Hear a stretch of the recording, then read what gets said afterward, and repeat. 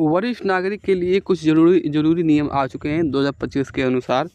2025 में वरिष्ठ नागरिक स्वास्थ्य बीमा सीनियर सिटीजन हेल्थ इंश्योरेंस पर टैक्स छूट 5,000 रुपये से बढ़ाकर 75 रुपये से कर दी गई है। ठीक है, अब इसमें जैसे कि 60 वर्ष के नागरिक को सरकार अस्पतालों में फ्री चेकअप और 50% दवाइयाँ छूट मिलेगी।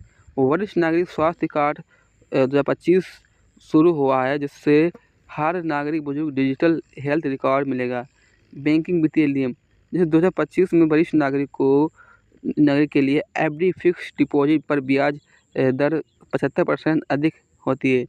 Senior citizen saving account scheme SSC के अधिनियम के तहत निवेश सीमा 30 लाख रुपए तक कर दी गई है, पहले 15 लाख रुपए थी। ठीक है, और इसमें जैसे बात कर लेते हैं वरिष्ठ नागरिक बैंकों में वरिष्ठ नागरिकों के लिए अलग अलग काउंटर अनिवार्य किया गया है।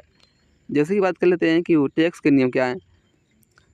टैक्स का नियम ये है कि 60 वर्ष से ऊपर वाले के आय का छूट सीमा 3 लाख रुपये मिलती है। 80 वर्ष वालों को आय का छूट सीमा 5 लाख रुपये मिलती है। वरिष्ठ नागरिकों को आरटीआर फाइल करने के लिए ऑनलाइन अनिवार्य नहीं होता है, वो ऑफलाइन फार्म भी जमा कर सकते हैं। यात्रा के नियम क्या है। रेलवे में वरिष्ठ नागरिकों को 40% पुरुष और 50% महिला को छूट मिलती है। 2025 में हवाई यात्रा डेनोसमेंट फेस्टिंग में भी 20% तक छूट शुरू हुई है। बस सेवाओं में कई राज्यों में 75% नागरिकों को फ्री बस यात्रा सुविधा दी जाती है। कानूनी नियम क्या हैं। कानूनी नियम और सुरक्षा नियम मिक्सिटम एंड वर्ड्स एंड पैरामेंट एंड सीनियर सिटीजन एक्ट 2007 में 2025 में सुधार किया गया है। अब संतान को माता पिता की देखभाल न करने पर 10,000 रुपये जुर्माना और 3 महीने तक का की सज़ा हो सकती है। ठीक है, हर जिले में senior citizen helpline number 14,567 scheme सक्रिय की गई है। ठीक है गाइस,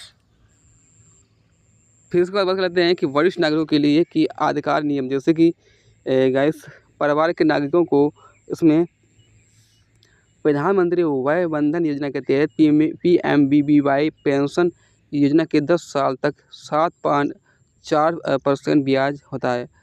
अटल पेंशन योजना के तहत APY 60 साल के बाद 1,000 रुपये से लेकर 5,000 रुपये प्रति माह होता है। Senior citizen saving account scheme SCCS 30 lakh रुपये तक निवेश करने पर 8.2% ब्याज होता है। वरिष्ठ नागरिक स्वास्थ्य बीमा 5 लाख रुपये तक कवर होता है। राष्ट्रीय वृद्धा पेंशन योजना के गरीब रेखा से नीचे कि BPL बुजुर्गों को पेंशन मिलता है। आधार पेंशन लिंक अनिवार्य हो गया है। आधार पैन कार्ड लिंक ना होने पर रुक जा सकती है। ठीक है, वरिष्ठ नागरिक स्मार्ट कार्ड से बैंकिंग, स्वास्थ्य और पेंशन एक ही जगह उपलब्ध होगा। उदाहरण के लिए मैं आपको समझा दूंगा, जैसे कि रामलाल 65 वर्ष यूपी में रहने वाले हैं। उन्होंने IGNOAPS से 1,000 रुपये पेंशन ली है। राज्य सरकार से 1,000 रुपये पेंशन अतिरिक्त है, तो कुल 2,000 रुपये प्रति माह पेंशन हो गई है। उदाहरण के लिए सविता देवी 72 साल की हैं, दिल्ली में रहती हैं, सीनियर सिटीजन हैं, हेल्थ केयर से फ्री इलाज, दिल्ली परिवहन निगम DTS बस में यात्रा फ्री होता है। तो ये था आपका नियम। ठीक है, अब जैसे बात कर लेते हैं, जैसे कि इस उदाहरण के लिए मोहन लाल 82 वर्ष राजस्थान के हैं, सुपर सीनियर सिटीजन हैं, टैक्स फ्री आय 5 लाख रुपए तक का, रेलवे में 50% छूट, पेंशन 1500 प्लस राज्य पेंशनों में 1,000 रुपये बराबर मतलब 25 रुपये प्रति माह होता है। तो आई होप इतना ही। वीडियो को लाइक करें और हमारे चैनल को सब्सक्राइब करें।